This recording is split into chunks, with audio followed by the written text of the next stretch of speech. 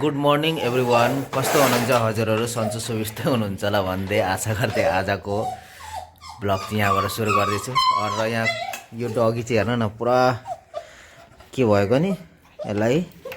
यसलाई अब मान्छे चाहिने होला। यो चाहिँ कसले लिएर राखिदिएछ पनि यहाँ अल्झेछ। अनि यसलाई चाहिँ गरिदिनु पर्छ साइड। र यो के भयो? म अब ड्युटी जानु लागेको के भयो? हेर नै कहाँ म जहाँ खोल्नु सक्दिनँ, जान्छु, ड्युटी छ मेरो, नगर। अब म चाहिँ भर्खरै निस्केको अब ड्युटी। हेर नै अल्झिरहेको थियो। उसलाई घुराउनु लानु भनेको होला है। म लानु सक्दिनँ, अब के गर्नु, अब ड्युटी छ होइन है।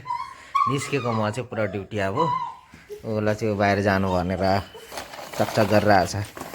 अनि अहिले भएको छ टाइम 6 बज्न लागेको छ। अनि म चाहिँ हिँडेको ड्युटी। बस है, बस बस, बेसी होइन, मेरो ड्युटी छ नि त। अनि अरे फेरि अरे किन गराएको त? किन, के भयो? के हेर नै चकचक, यसको चकचक। जाडो लागेको होला है, उता बस्थ्यो, जाडो लागेको होला है। हुन्छ बस, म गएको। अनि म चाहिँ ड्युटी हिँडेको। आज ओडिसी पार्टी छ, त्यस कारणले प्रिपरेसन छ। आज 11:30 बजी नै पिकअप छ हो।